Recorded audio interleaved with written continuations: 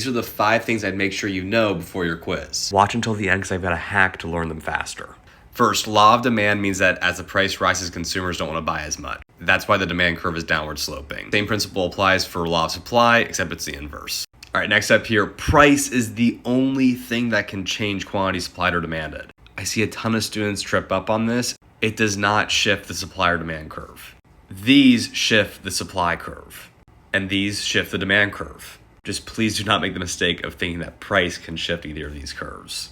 And lastly here, equilibrium is where quantity supplied and demanded equal one another. Visually, we see that as the intersection point of the supply and demand curves. And if you're fed equations, you gotta just set them equal to one another and solve for the quantity.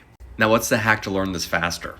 It doesn't take an hour to learn this stuff. It takes 10 minutes and 29 seconds. I've got a bunch of quick clips on my site that run through microeconomics for free. You can quite literally crank the entire class out in like a couple of hours.